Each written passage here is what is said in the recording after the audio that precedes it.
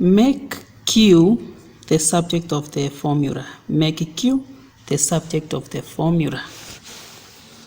So this one has been cube rooted. So what we do first, we need to remove the cube root by for us to remove this cube root, to cube both sides. So we will have P is equal to the cube root NQ minus M over Q. Now we cube both sides.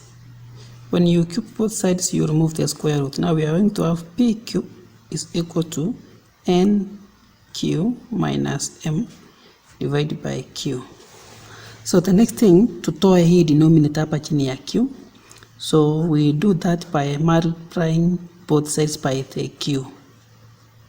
So this and this, so we will have P cube Q is equal to N Q minus M. The next thing now, tuna like terms together. EQ, NQ, this kuna like, so we will bring this one here. So we will have P cube Q minus N Q is equal to M. The Q here is common.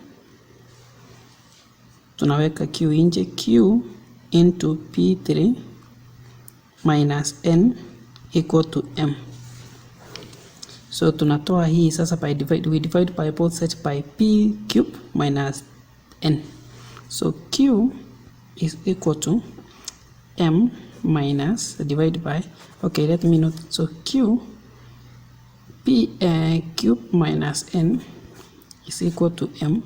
We divide by both sides by PQ minus N, P cube minus N. This and this goes. So Q is equal to, sorry, there is this one is minus M